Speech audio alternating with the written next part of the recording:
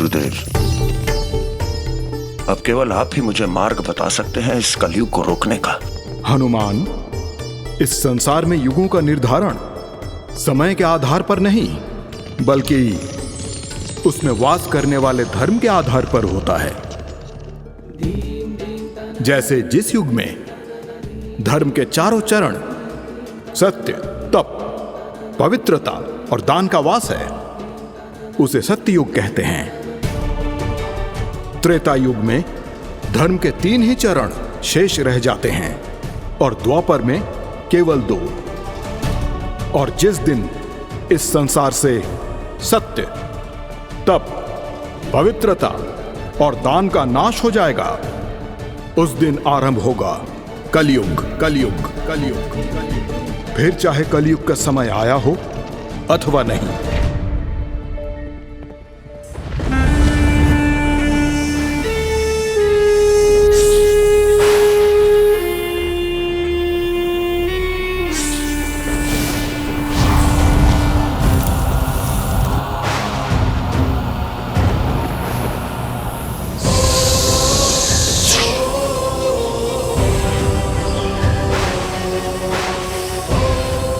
सहस्त्रमुख, कब तक यूं धरती में दबे हुए विष का पान करते रहोगे? तुम विश्रवा के वंशज हो, रावण के बड़े भाई। रावण के लाखों पुत्र और लाखों पौत्र मारे गए, पूरे असुर कुल का नाश हो गया और तुम अब तक सो रहे हो। जागो और प्रतिशोध लो अपने कुल का, क्योंकि तुम्हारे वंश के नाश का कारण बनने वाला वो हनुमान अब भी जीवित है। गुरुदेव, क्या इसका अर्थ यह है कि संसार से राम राज्य मिट जाएगा? मेरे प्रभु राम द्वारा स्थापित मर्यादाएं नष्ट हो जाएंगी? क्या यह कलयुग अपने उद्देश्य में सफल हो जाएगा गुरुदेव? नहीं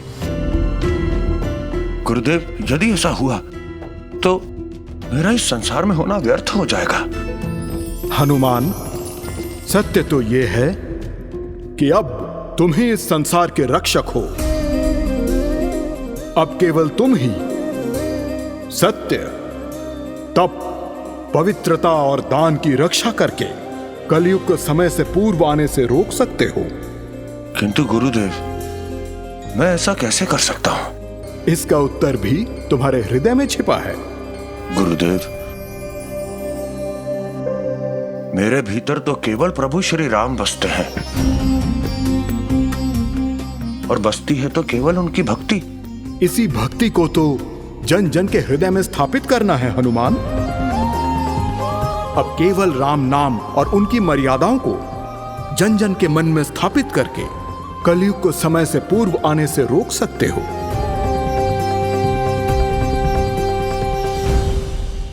मैं समझ गया गुरुदेव, आपने मुझे कलयुग को रोकने का गुरु मंत्र दे दिया है। अब मैं इस संपूर्ण संसार को राम नाम की छाया में बांध दूंगा और फिर वो कलयुग किसी को छू भी नहीं पाएगा। आज्ञा दीजिए गुरुदेव।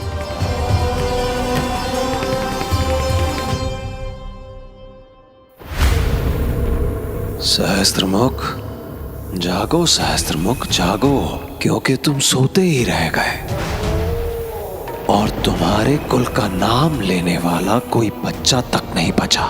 जागो सहस्त्रमुख, जागो। जागो सहस्त्रमुख, धिक्कार है तुम्हारे जैसे जीवनपात। तुम्हारे जैसे महाबली के होते हुए तुम्हारा पूरा वंश मिट गया।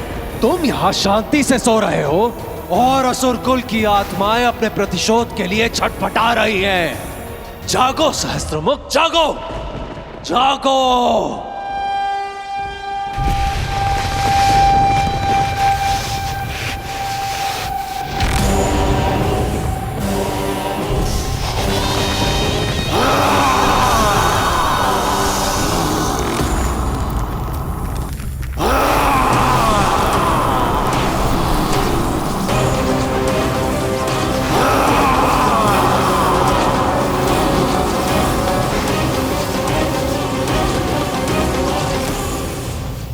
नारायण नारायण। प्रभु, ये कैसा विकट संकट है। देव ऋषि, संसार केवल ये जानता है कि रावण के दो छोटे भाई थे, कुंभकर्ण और विभीषण। किंतु रावण का ये बड़ा भाई सहस्त्र रावण यदि राम रावण के युद्ध के समय में जाग जाता तो रावण को मारना और कठिन हो जाता। नारायण नारायण। किंतु प्रभु, मैं यह नहीं समझ पा रहा कि यदि सहस्त्र रावण इतना ही शक्तिशाली था तो वह धरती के भीतर घोर निंद्रा में क्यों सो रहा था। प्रभु, ऋषि विश्रवा को संसार पर आने वाले संकट का आभास हो गया था और इसलिए ऋषि विश्रवा ने उसी क्षण अपने सबसे बड़े पुत्र सहस्त्र रावण के अंत का निर्णय कर लिया। प्रभु, तो क्या ये सत्य रावण और उसके भाइयों को कभी ज्ञात नहीं हुआ? ऐसा नहीं है देवी। केकसी ने अपने तीनों पुत्रों को उसके बारे में बताया था। इसलिए युद्ध के अंतिम दिन जब रावण के सभी भाई बंधु मारे गए तो उस अंतिम रात वह अपने बड़े भाई सहस्त्र रावण को जगाने गए। विभीषण को इस भूल का अनुमान था, इसलिए उनके कहने पर रावण को रोकने के लिए स्वयं बजरंग बली वहां गए और कोई मार्ग न देख हनुमान ने अपनी शक्ति से दिशाओं को ही परिवर्तित कर दिया। रावण सारी रात्रि प्रयास करता रहा, किंतु दिशा भ्रम के कारण वह सहस्त्र रावण तक कभी पहुंच ही नहीं पाए और सुबह होते ही हनुमान युद्ध शंख बजा चुके थे। उस दिन रावण चाहकर भी अपने बड़े भाई सहस्त्र रावण को जगा नहीं पाया और श्री राम के हाथों से उसका अंत हो गया। किसने दुस्साहस किया मुझे मेरी निद्रा से उठाने का? समय ने जगाया है तुम्हें। यदि तुम विष पीकर अब भी सोते रहते तो आने वाला युग धिक्कारता तुम पर, तुम्हारा कुल धिक्कारता तुम्हें, विश्रवा संस्कृति धिक्कारती तुम्हें। सहस्त्रमुख, अपने इस क्रोध को यूं ही बनाए रखना, परंतु स्मरण रहे तुम्हारे इस क्रोध का पात्र मैं नहीं कोई और है।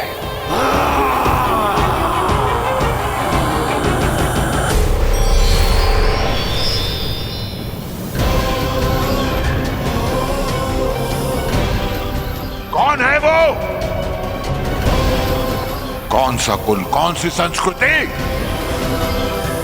किस कुल और संस्कृति की बातें कर रहे हो तुम? मेरा इस संसार में कोई नहीं है। जानता हूं कि तुम्हें कुछ स्मरण नहीं, और स्मरण होता भी तो कैसे। तुम्हारे जन्म के पश्चात तुम्हारा ये विकराल और भयंकर रूप देखकर तुम्हारे ही पिता विश्रवा ने इस विशाल वृक्ष के नीचे तुम्हें गाड़ दिया था।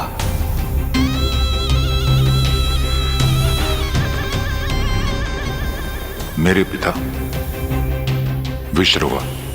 हाँ सहस्त्रमुख, तुम विश्रवा और केकसी के सबसे बड़े पुत्र हो, असुर राज रावण के भी बड़े भाई।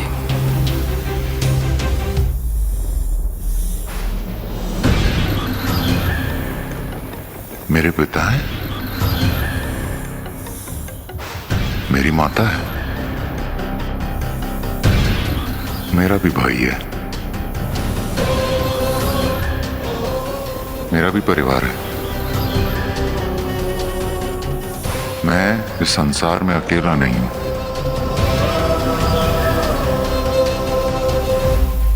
कहाँ है मेरे भाई बंधु?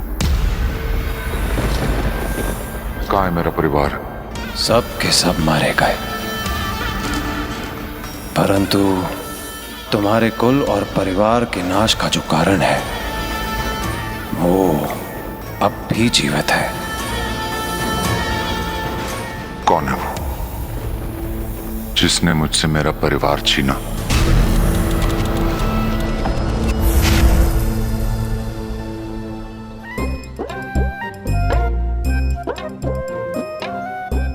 बालकों,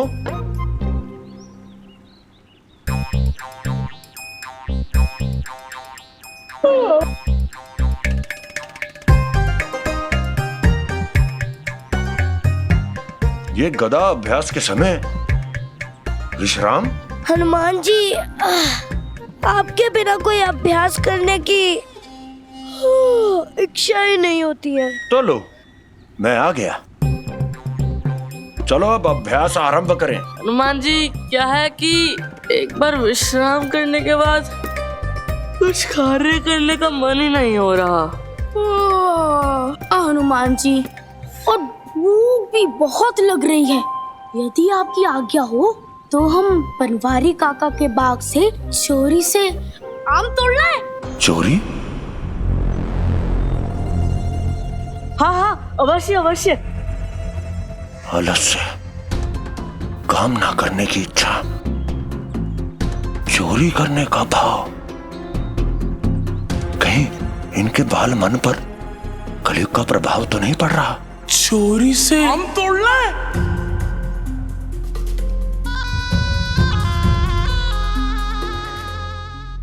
शीघ्र बताओ कौन है? संपूर्ण असुरकुल और तुम्हारे सभी परिजनों का एक ही कारण है, और वो है राम भक्त हनुमान।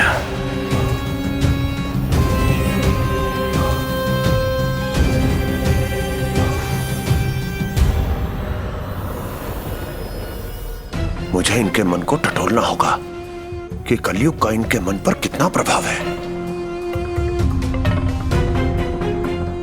बच्चों, आओ मेरे साथ, बैठो।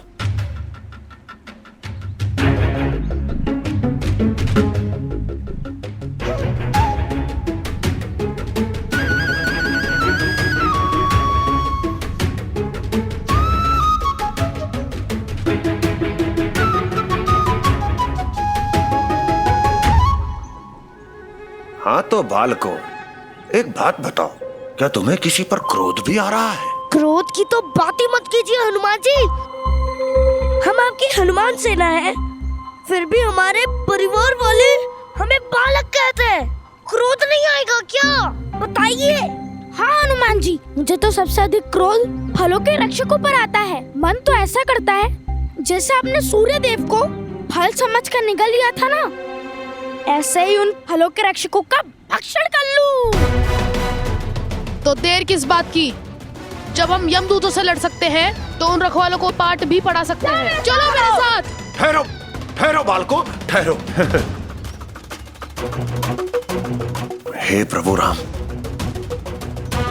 बालकों, क्रोध, हिंसा, अकर्म और आलस्य, ये सब तुम्हारे मन का भाव नहीं है। ये सब उस कलयुग का प्रभाव है।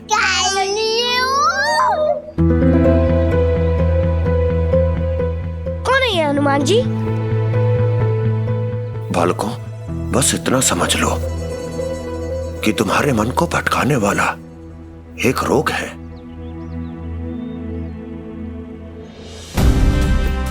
बालकों, तुम उसकी चिंता मत करो। मैं संसार में इसीलिए हूं। तुम्हारे मन में आ गए सभी विकारों को मैं दूर करूंगा। पर कैसे हनुमान जी? चाहे संसार में आ गई बुराइयां या तुम्हारे मन में आए विकार, इन सब की केवल एक ही औषधि है, राम कथा। राम कथा? राम कथा सुना तो मुझे बहुत बड़ी है, पर हनुमान जी सुनेगा कौन? तुम सबके मन के विकारों को दूर करने के लिए मैं सुनाऊंगा तुम सबको संपूर्ण राम कथा। संपूर्ण राम कथा? हनुमान जी, मैं अभी सब बच्चों को लेकर आता हूँ। चलो। हाँ, चलो चलो चलो चलो चलो, चलो।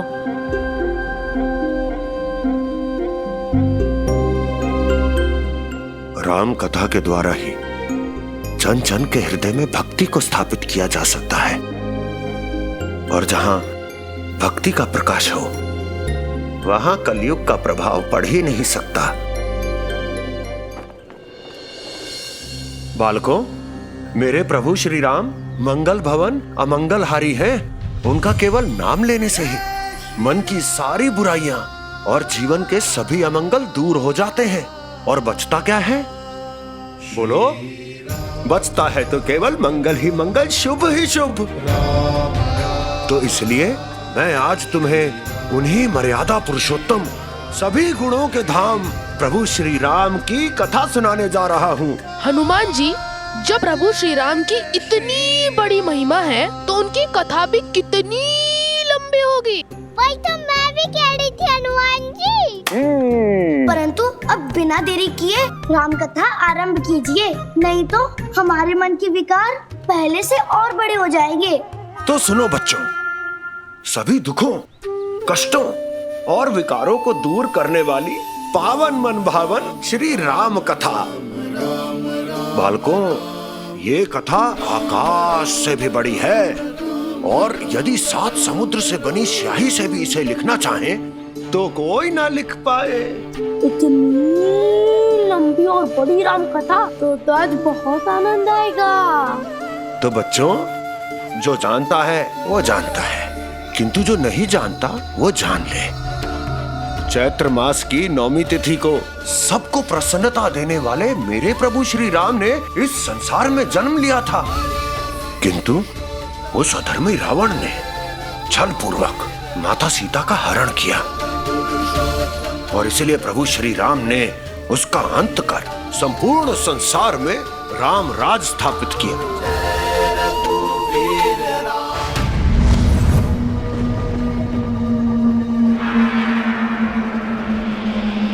तुम्हारे कारण मेरे भाई रावण और कुंभकर्ण का अंत हुआ, मेघनाथ, अक्षय कुमार का अंत हुआ, मेरा कुल, मेरा अंश सब समाप्त हो गया।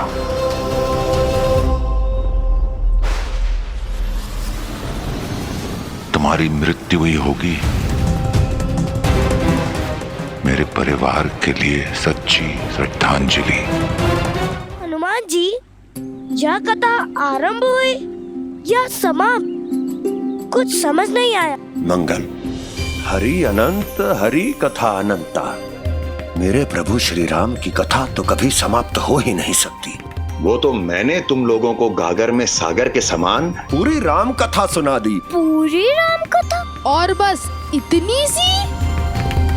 तो हम जाएं? चलो चलो चलो चलो। अरे अरे, किंतु तुम जा कहाँ रहे हो? बनवारी काका के बाग से आम चुराने।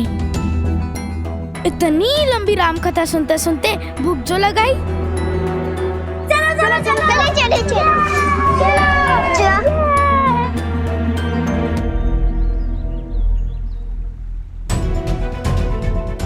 मैंने तो बालकों को पूरी राम कथा सुनाई, लगता है बालकों ने कथा सुनी ही नहीं, तभी तो इनके मन से विकार दूर ही नहीं हुए। राम कथा तुमने सुना दी हनुमान, किंतु प्रसाद सहस्त्र रावण देगा, मौत का प्रसाद। कलयुग के प्रभाव को रोकने के लिए मुझे अधिक से अधिक लोगों के सम्मुख राम कथा का वाचन करना होगा, तभी मैं उस कलयुग को इस संसार में आने से रोक सकूंगा। किंतु अब मैं किसे सुनाऊं राम कथा? मैं सुनूंगा, मैं सुनूंगा, मैं सुनूंगा, मैं सुनूंगा।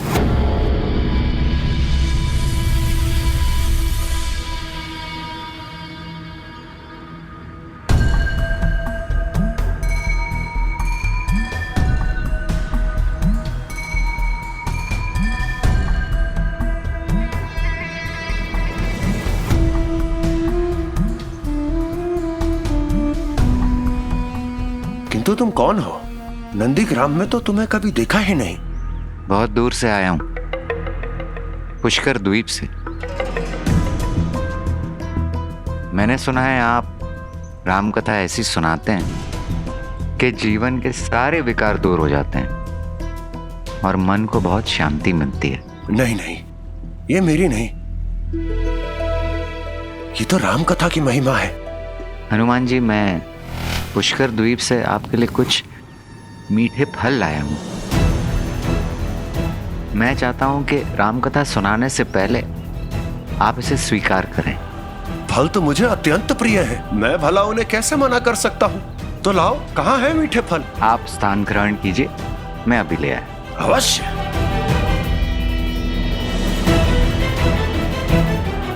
हनुमान, फलों से अब तुम्हारा यही प्रेम तुम्हारे जीवन के अंत का कारण बनेगा।